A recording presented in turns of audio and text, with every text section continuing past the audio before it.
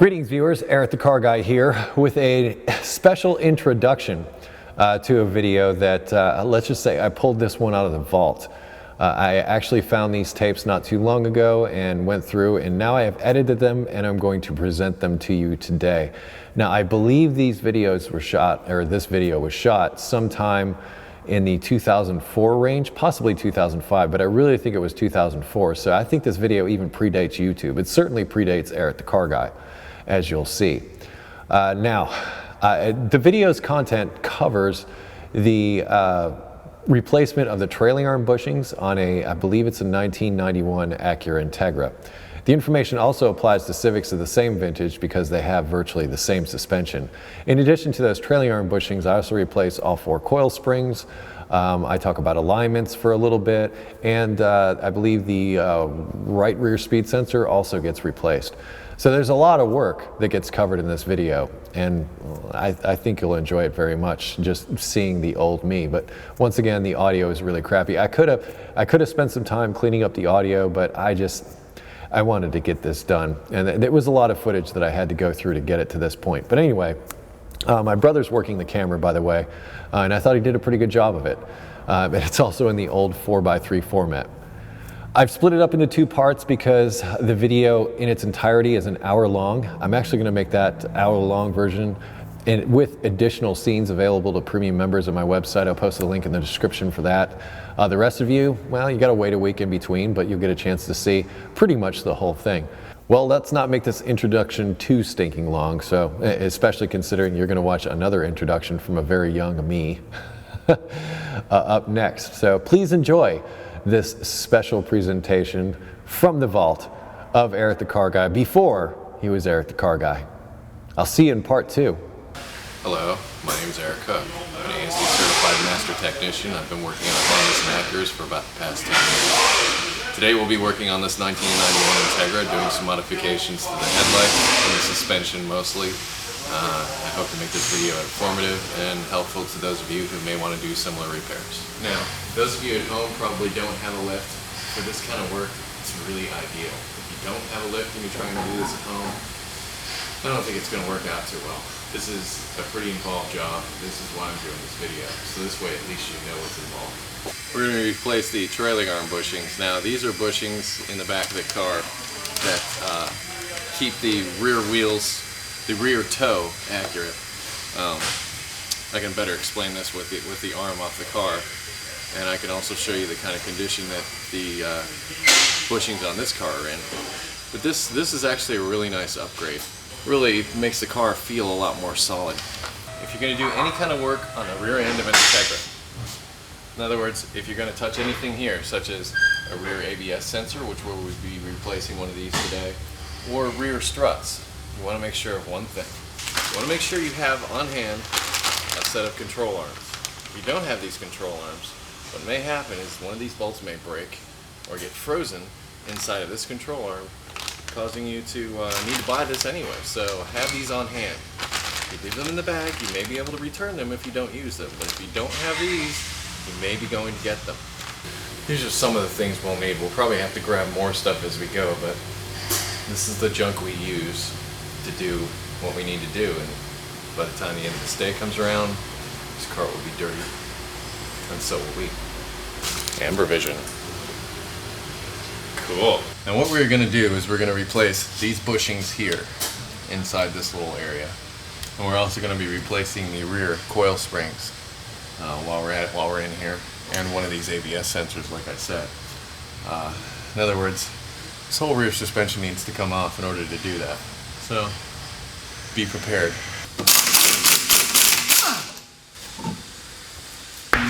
Now you don't have to disconnect any brake lines or anything. You can just kind of let them hang. I use bungee cords to hold them.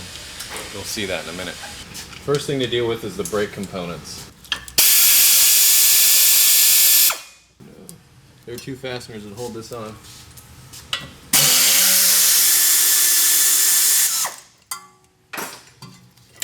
We also need to remove the parking brake cable. I use a small screwdriver, and you can pry one end of this clip out and then just pull it through. This pin, if it doesn't come out, this has been out recently because the calipers have been replaced. If this doesn't come out, you can push up with a pry bar underneath it to get it to come up like this, and then take a pair of channel locks and move it back and forth like this, all the time soaking it with penetrating oil, and it should come loose.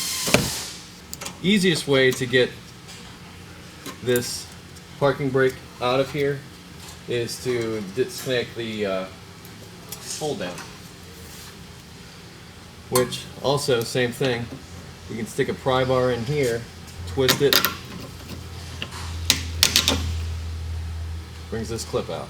You can reach in from the back side because the front side has to fit back through that hole. Twist it a little bit, maybe rust it up. It may take a little more effort than that. You can just pull the parking brake cable through this hole. You want to disconnect anything going to the trailing arm. One of those things would be this brake line.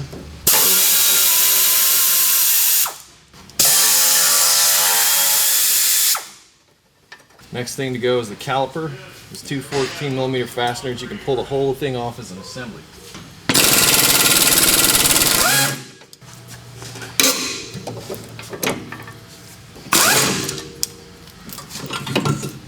Now our caliper is free. Now it's not a good idea to let this hang by the brake hose, but for now we don't really have much of a choice. You don't need to remove the rotor itself. You can actually remove the rotor and hub assembly as one unit.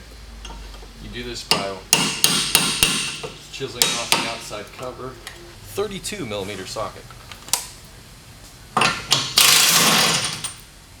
Don't lose this washer. That's right here, you'll need that later. You may or may not see this on your car. This is an ABS sensor. It works off this tone ring on the inside of this hub assembly. This differentiates between ABS and non-ABS cars. Be very careful around these sensors. They're very expensive. You don't want to break them, so what you want to do is remove them, which is what we're going to do next. I remove these backing plate shields just because it makes my life easier later. You may not have the luxury of an impact, but if you're very careful, and you can also, I'm hoping, use something like a breaker bar and your socket. Sort of work it on there past the rust and hit it. The bigger the bar you have, the more leverage you have. The more leverage you have, the more likely you're going to break something that's rusty loose. You may only get one shot at things like this. After this, you should be able to remove the backing plate. I'm going to wait till this point to remove the ABS sensor because, as you can see, there's easier access. Penetrating oil is your friend here if you don't have one of these.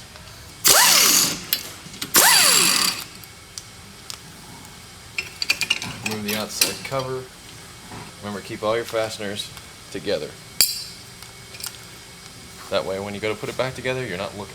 Remove the sensor. Now, if you get a fastener that gets stuck in a socket like this, the best way I've found to get it out is to whack it with a hammer.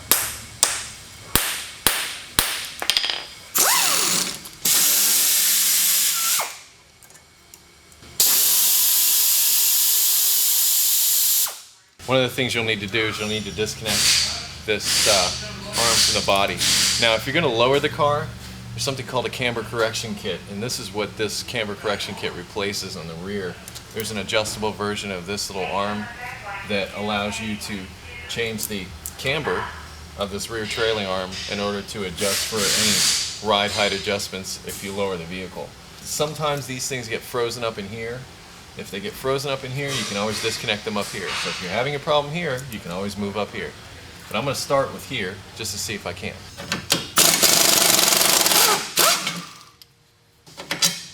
Success.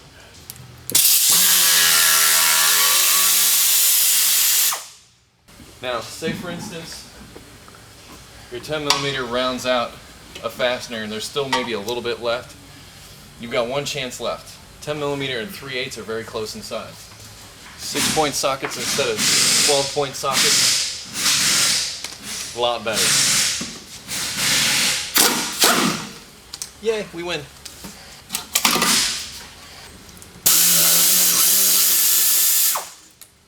I may break a fastener off when taking the ABS sensor wiring harness off. Don't sweat this. It can be fixed.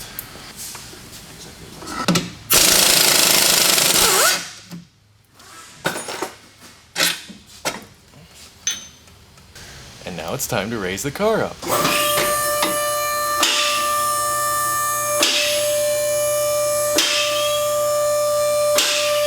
Penetrating oil. This is the Honda lube, but penetrating oil will do. The more money you spend on penetrating oil, if you don't have impacts and you're working on the ground, the better. I usually put a little bit in some key spots. One of those spots is up in here, where we're going to have to get away from the body. And the other spots are the critical spots around the control arms, which are here. The connection points that we're going to have to deal with. Also, there's one more thing to disconnect. That's one last fastener for the parking brake, which can then be fished through the hole and left to lay.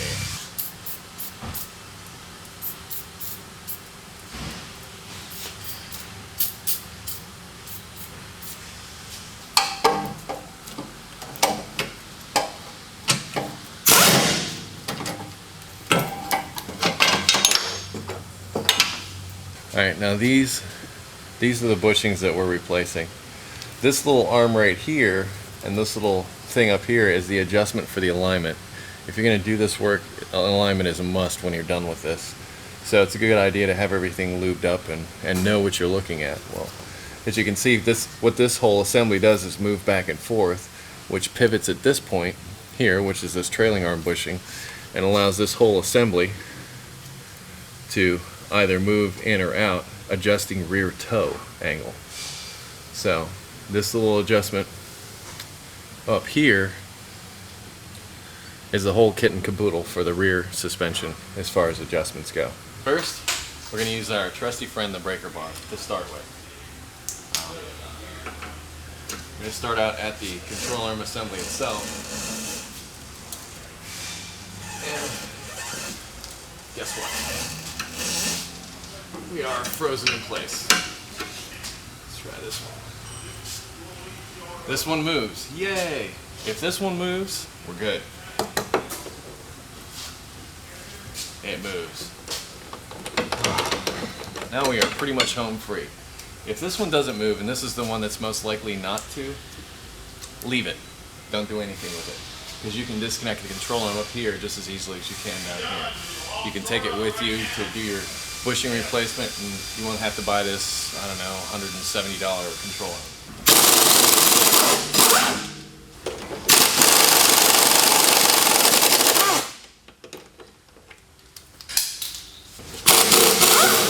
Rarely do I have a problem with this. And flip it up out of the way.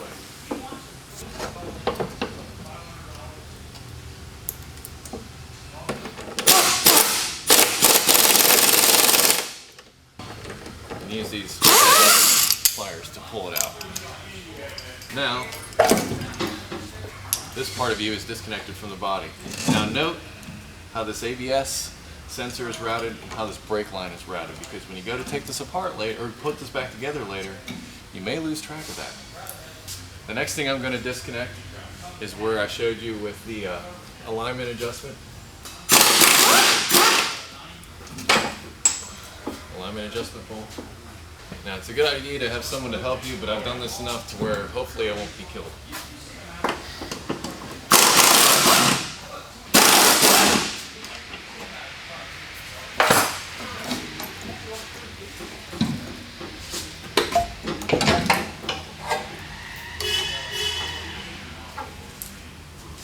And there you have it. Now, those cracks are the reason we're replacing these. Now, this one is just kind of We're actually just upgrading to suspension on this one a little bit. But sometimes these get to the point where they're broken. And when the car goes over bumps, particularly laterally, what happens is you'll get a noise that sounds like there's a chicken or something moving around back there. That would be the cause. We have a bad right rear speed sensor, so while we're here, we're going to replace it. What I need to do is disconnect this from the body right here, but as you can see the stabilizer bar is in the way. But since we're disconnecting the stabilizer bar to get these control arms off anyhow, if we do both sides, we can have some movement up here to get that out of the way.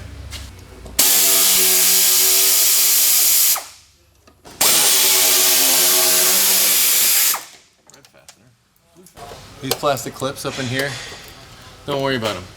They're new on the new sensor.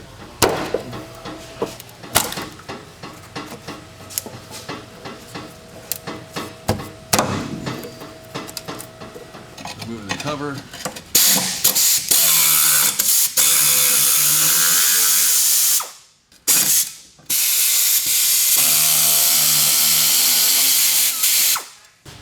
Disconnect the sensor. Two connectors, one for left, one for right. Disconnect the sensor there, and you can go bye-bye.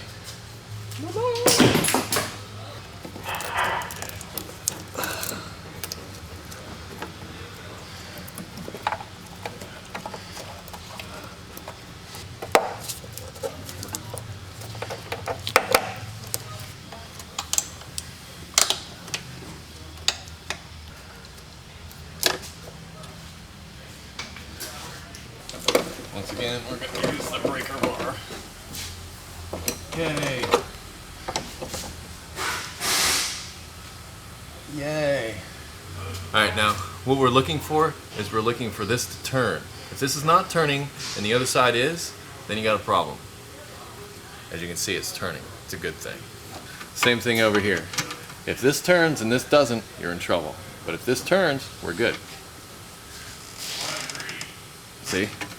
This is turning, and this is not. Stop. Leave it alone.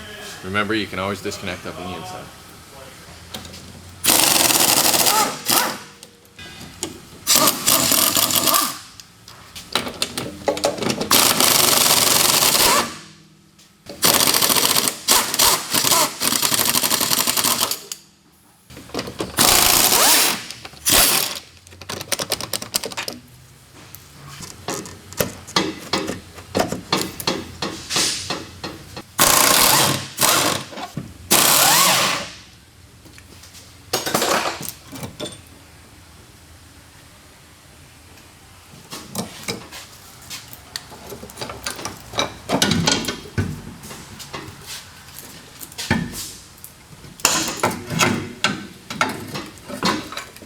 You can see there's a lot of play in these bushings stock. And if you were to, there's that noise that you hear going over bumps.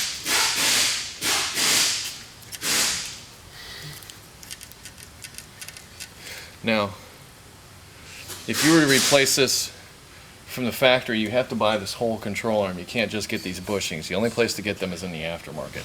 Alright, now, the trick of this whole thing is yeah, this whole arm costs a lot of money, and this suspension piece doesn't cost a lot of money, but you're going to pay for it physically getting this out of here and getting this in its place.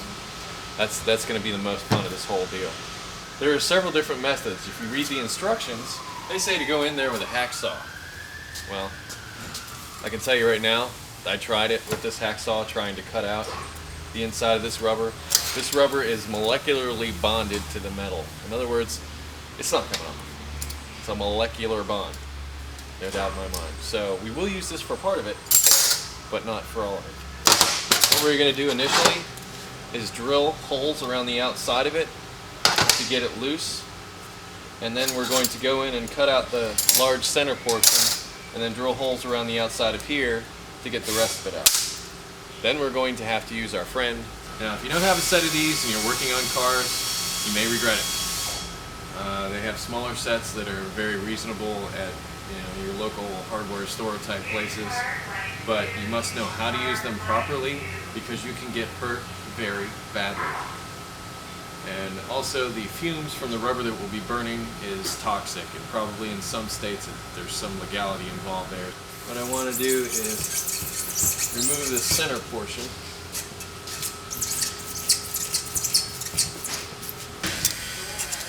Top part's loose.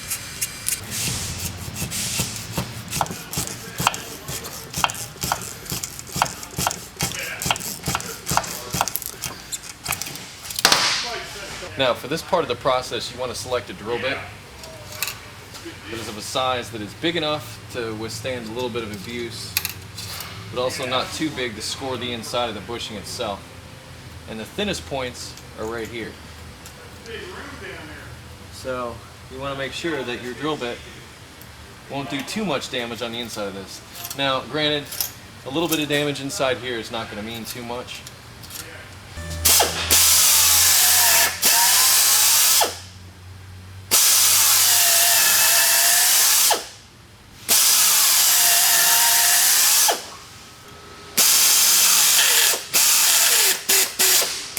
I've run into something I haven't run into before on this. It seems that this metal from the inside is actually coming in contact with the outside at this point here. So I don't think I'm going to be able to use the traditional method. I'm going to try to do this on this side just to show you how it's done. You know, drilling around the outside here, but on this side it's actually turned into metal in this area here. So we're going to do this side.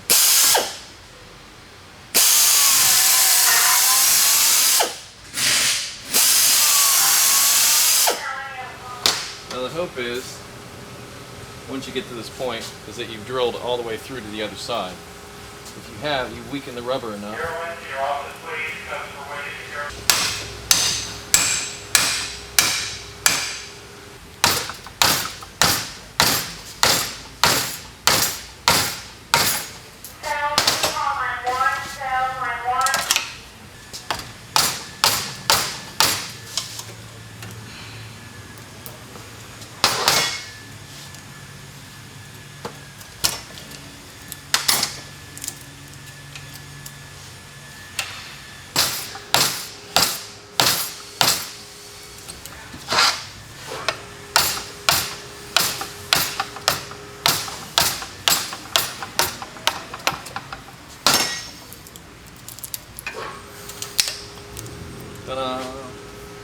Now there's one way to rock as far as cleaning the inside of the South. You really want to do this in a well-ventilated area. I can't stress enough how harmful this stuff is. What happens is when you heat it, it becomes airborne. So in other words, the rubber is no longer, well, it still is a solid, it just turns to soot.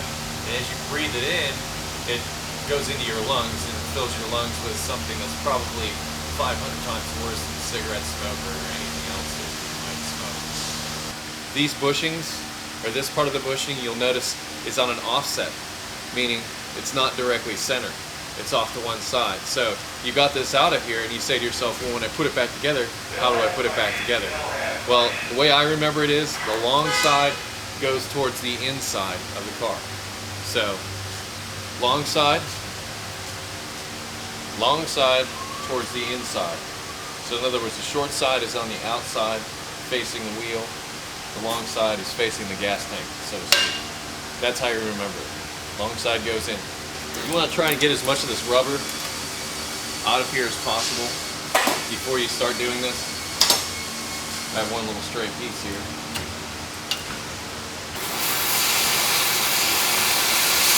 Want a nice hot flame. You don't need to use that part of it. Have water on hand because this stuff will catch on fire. Have this at the ready because there may be a time where you catch something on fire that you don't want to be on fire. Have something handy, put it out there. Handy.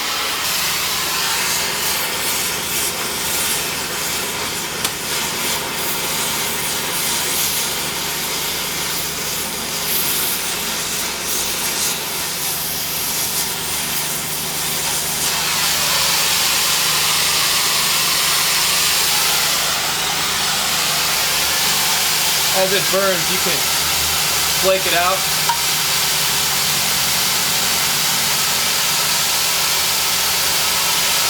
You don't need to burn it out entirely. Once it gets hot, it comes off the metal very easily.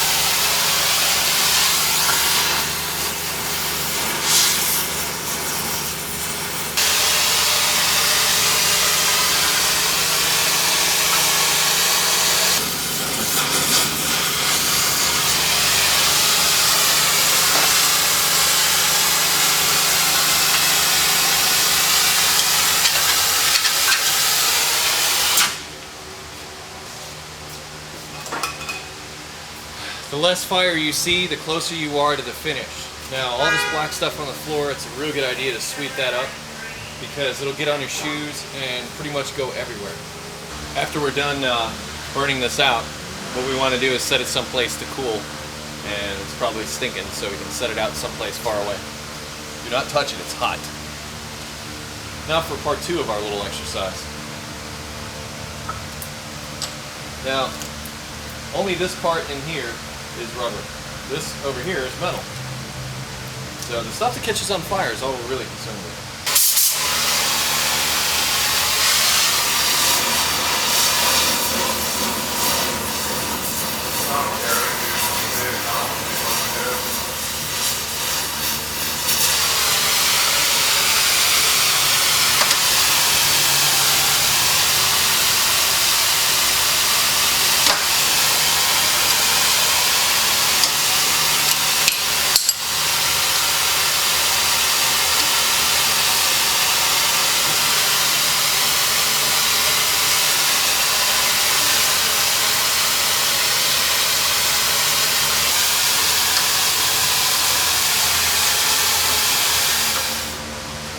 It's hot, don't touch it. Also very hot, don't touch it.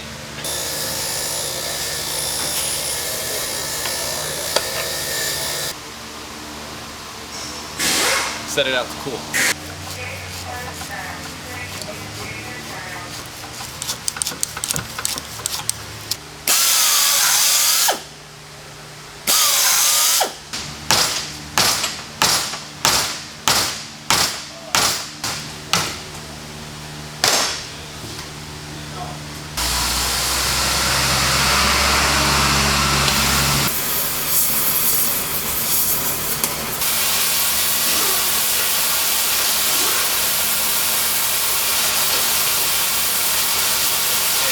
Now the trick is to get this inside of here. So, want to clean out the hole a little bit. I use a little bit of brake clean.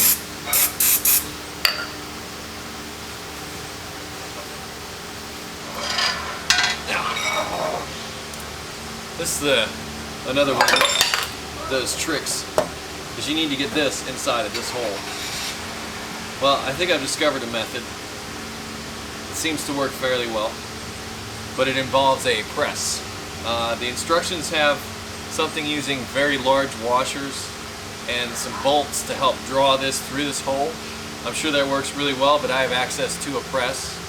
And what I'm going to do is I'm going to lube the inside of this hole with silicone paste, and I put a little bit on the outside of the bushing. Now here's my trick. My trick is I take 2 hose clamps and put them together like so. Before I put it in the press, what I'll do is I'll tighten these down around the outside of this bushing down towards the end. Once the end of the bushing is through, you're good. But it's getting to that point that sometimes proves difficult. The bushing will want to cock to one side or the other as it goes in. So what this does, because there's nothing in the center hole now, is it'll compress the outside of the bushing and make it smaller so that it will go into the hole easier. So you don't want it all the way down to the end, you want it part way up, but sort of to the one side that you're going to be pushing through. And you'll be good to go.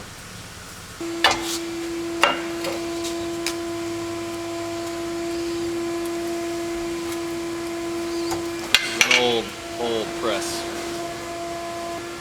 As I said, this may take a couple attempts. It has a tendency to go to one side.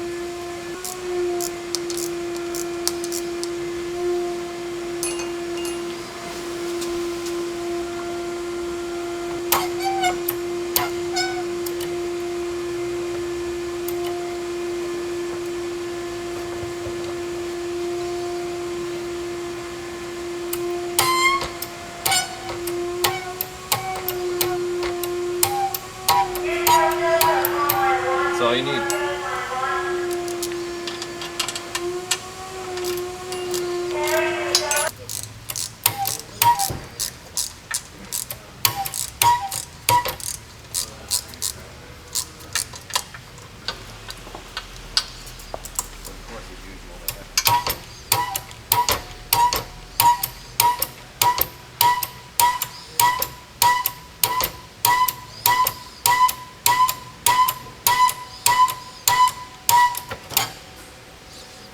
that. Stop.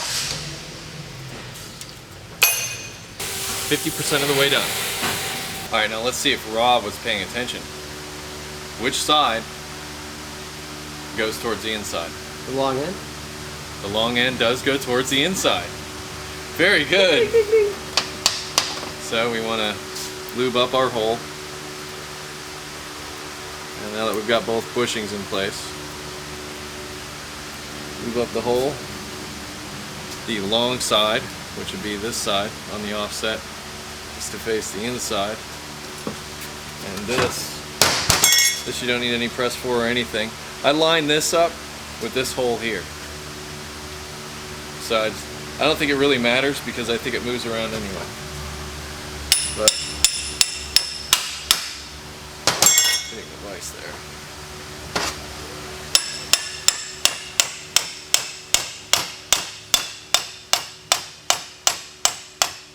Right about there should cover it.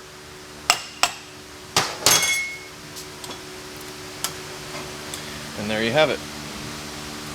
The replacement to what was.